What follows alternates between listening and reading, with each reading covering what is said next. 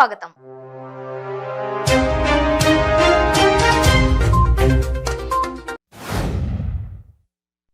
దేశానికి ప్రధానిగా ఉన్న మోదీ ప్రతిపక్ష నాయకుడిలా మాట్లాడడం సరికాదని మంత్రి గంగుల కమలాకర్ అన్నారు.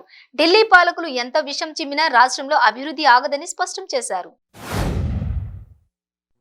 మానకొండూరు శాసనసభ్యులు అరసమయ్య బాలకిషన్ కాన్వాయ్పై యువకులు చెప్పులతో దాడి చేశారు.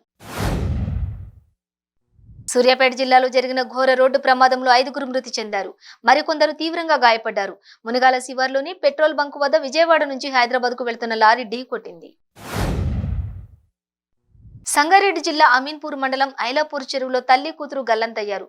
బట్టలు ఉతకడానికి వచ్చి ప్రమాదవశాత్తు చెరువులో పడిపోయారు.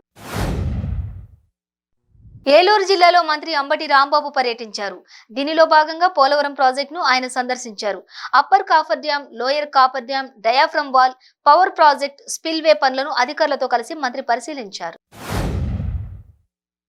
విద్యార్థులు చిన్నతనం నుండి నాయకత్వ లక్షణాలు అలవర్చుకోవాలని, విద్యార్థుల సమస్యలు పరిష్కారం పోరాటానికి ఏబీవీపీ ముందుంటుందని గూడూరు నియోజకవర్గ మాజీ ఎమ్మెల్యే పాసం సునీల్ కుమార్ వెల్లడించారు. ఏలూరు జిల్లా దెందులూరు మండలం ముప్పవరం గ్రామంలో దారాల తయారీ పరిశ్రమలో భారీ అగ్ని ప్రమాదం చోటు చేసుకుంది. విద్యుత్ షార్ట్ సర్క్యూట్ కారణంగా ఈ ప్రమాదం జరిగినట్లు భావిస్తున్నారు. జగనన్న పేదలందరికీ ఇళ్లు పథకం కాస్త జగనన్న ఇల్లు పేదలకు కన్నీళ్లులాగా తయారైందని ఉమ్మడి నెల్లూరు జిల్లా జనసేన పార్టీ ఉపాధ్యక్షులు తీగల చంద్రశేఖర్ తీవ్రంగా విమర్శించారు. అన్నమయ్య జిల్లా రాజంపేట మండలంలో ఓ లారీలో అకస్మాత్తుగా మంటలు చెలరేగాయి. గుండ్లూరు రామపురం చెక్పోస్టు వద్దకు లారీ రాగానే మంటలు వ్యాపించడంతో సమాచారం అందుకున్న సంఘటన స్థలానికి చేరుకున్న ఫైర్ సిబ్బంది మంటలను అదుపు చేశారు.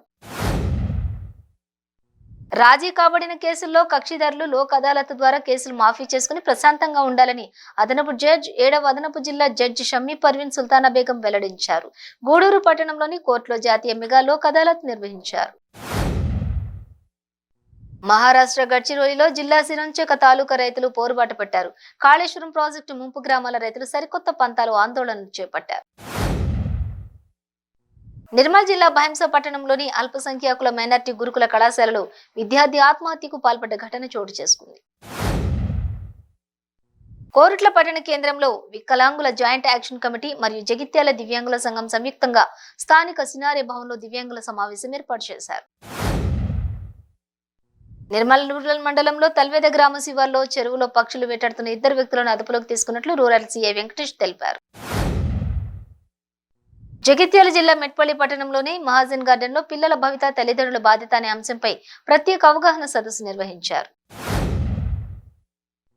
జగిత్యాల జిల్లా మెట్పల్లి మండలం విజ్జంపేట గ్రామ శివార్లో ఘోర రోడ్డు ప్రమాదం జరిగింది.